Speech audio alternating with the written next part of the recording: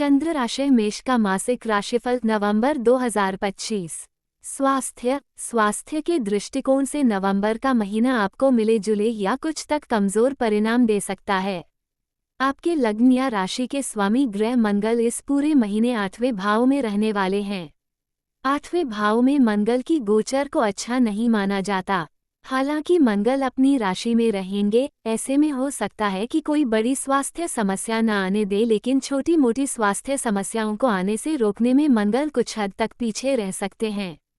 यही कारण है कि इस महीने खान पान बहुत संयमित रखना जरूरी रहेगा, क्योंकि दूसरे भाव पर शनि मंगल का संयुक्त प्रभाव बहुत ज्यादा तीखा चरपरा खाने की इच्छा दे सकता है। इसका नकारात्मक प्रभाव आपके पेट पर पड़ सकता है, क्योंकि पंचम भाव में केतु का गोचर पेट आदि से संबंधित कुछ परेशानियां देने का काम कर सकता है। विशेषकर महीने के पहले हिस्से में जब पंचम भाव का स्वामी सूर्य नीच का रहेगा, उस अवधि में पेट से संबंधित कुछ परेशानियां रह सकती हैं। इसके अलावा नींद में भी कुछ व्यवधान देखने को मिल सकता है। मंगल का 8वें भाव में गोचर चोट आदि लगने का भय भी देता है। ऐसी स्थिति में इस महीने वाहन इत्यादि सावधानी पूर्वक चलाना है। साथ ही साथ ऐसा कुछ नहीं करना है जिससे चोट लगने का भय रहे। इस महीने शुक्र की स्थिति भी इस बात का संकेत कर रही है कि कमर के आसपास या जननांगों से संबंधित कुछ परेशानियां भी कभी कभार देखने को मिल सकती हैं। आरोग्यता का कारक ग्रह सूर्य भी इस महीने आपका कोई विशेष सपोर्ट करने की स्थिति में नहीं है। अतः इस महीने अपने खान पान को संयमित रखते हुए, मर्यादित आचरण से रहते हुए निर्वाह करने की आवश्यकता रहेगी, जिससे आप अपने आप को स्वस्थ बनाए रखने में कामयाब हो सकें। करियर, आपके करियर स्थान का स्वामी इस महीने द्वादश भाव में रहेगा।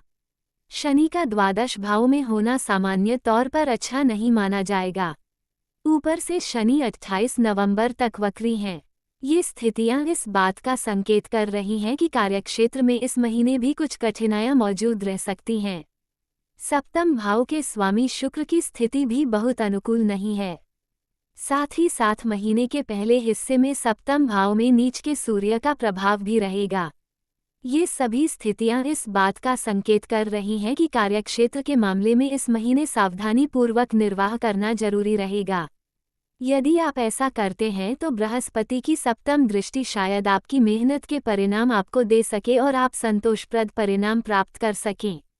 व्यापार व्यवसाय के दृष्टिकोण से भी इस महीने को बहुत अच्छा नहीं कहा जाएगा। हालांकि 23 नवंबर तक बुध ग्रह आपके 8वें भाव में रहेगा और बुध का 8वें भाव में होना सामान्य तौर पर अच्छा माना गया है, लेकिन निवेश आदि के दृष्टिकोण से हम इसे अच्छा नहीं कहेंगे। अतः व्यापार व्यवसाय में पहले से चल रहे कामों को ही मेंटेन करके आप कुछ अच्छे लाभ कमा सकते हैं।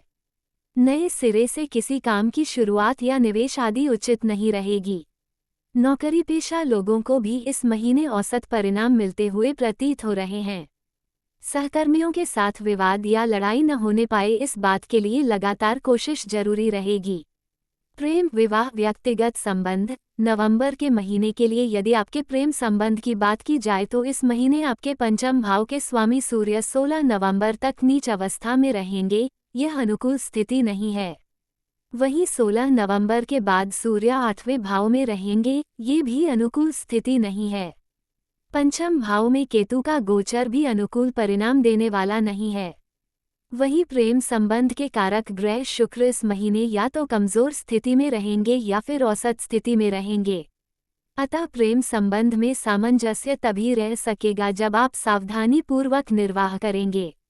एक दूसरे पर संदेह करने से बचना है, छोटी छोटी बातों का बतंगड़ नहीं बनाना है और प्रेम संबंध में मर्यादा भी रखनी है।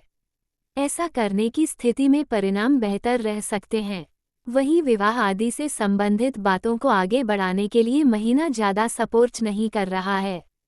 अतः इस अवधि में बेकार के प्रयास करना या अपनी ऊर्जा को व्यर्थ करना उचित नहीं रहेगा। दाम्पत्य संबंधी मामलों की बात की जाए तो 2 नवंबर तक स्थितियां कमजोर रहेंगी। 2 नवंबर के बाद शुक्र अपनी राशि में पहुंचेंगे, जो स्थितियों को थोड़ा सा बेहतर करेगा। हालांकि 16 नवंबर तक नीच के सूर्य की सप्तम भाव में उपस्थिति कुछ न कुछ परेशानियां देती रहेगी, लेकिन फिर भी शुक्र उन परेशानियों को मेंटेन करने का काम करेगा। यानी कि परेशानियां आएंगी तो सही, लेकिन आप उन्हें सुलझाने की कोशिश करके उन्हें शांत कर सकेंगे।